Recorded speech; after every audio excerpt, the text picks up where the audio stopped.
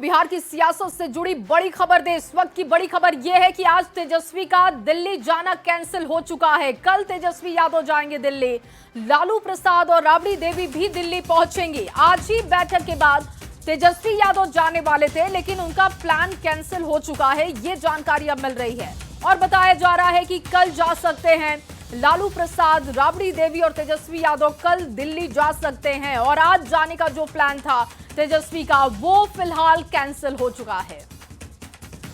और वहीं महागठबंधन में सीटों का बंटवारा अब तक नहीं हो पाया है। आरजेडी और कांग्रेस के बीच बातचीत अंतिम दौर में है, लेकिन फाइनल फॉर्मूले पर महागठबंधन की गाड़ी अटक गई है। पिछले कुछ घंटों से वीआईपी प्रमुख मुकेश सहनी की चुप्पी से कयासों का बाजार भी गर्म हो चुका है। आपको ये खास रिपोर्ट दिखाते हैं। कांग्रेस के हक को, कांग्रेस के रेस्पेक्ट को राहुल गांधी के रहते कोई नहीं छीन सकता। बातें चल रही है निश्चित तौर पर अब देख लेते हैं। बिहार विधानसभा चुनाव को लेकर महागठबंधन के भीतर सीट बंटवारे की सियासत निर्णायक दौर में है। सीट शेयरिंग पर तनातनी के बीच आरजेडी ने कांग्रेस सहित दूसरे सहयोगी दलों को सम्मानजनक सीट देने की पेशकश की है।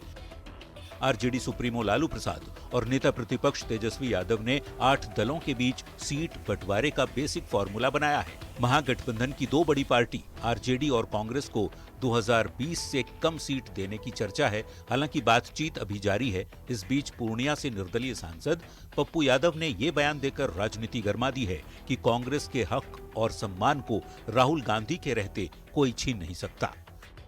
पहले जो आरजेडी थी वो मास आरजेडी थी। भैया, कांग्रेस के हक को, कांग्रेस के रेस्पेक्ट को राहुल गांधी के रहते कोई नहीं छीन सकता।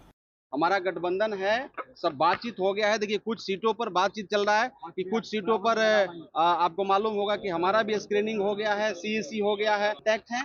आप धैर्य बनाए रखिए। इंडिया गठबंधन में किसी प्रकार का कोई कंफ्लिक्ट नहीं है।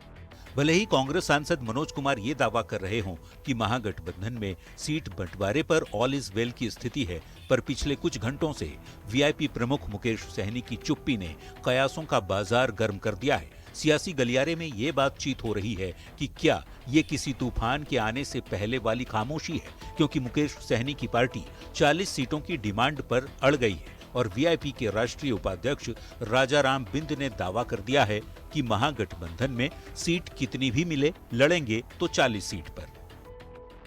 आरजेडी और कांग्रेस के बाद विकासशील इंसान पार्टी ने भी उम्मीदवारों की चयन प्रक्रिया तेज कर दी है। बहुत जल्द टिकट बांटने का भी सिलसिला शुरू हो सकता है। रूठने और मनाने की कोशिशों के बीच वाम दल भी मुकेश सहनी के साथ खड़े हो गए हैं। माले के राष्ट्रीय महासचिव दीपांकर भट्टाचार्य ने वीआईपी की मांगों का खुलकर समर्थन किया है।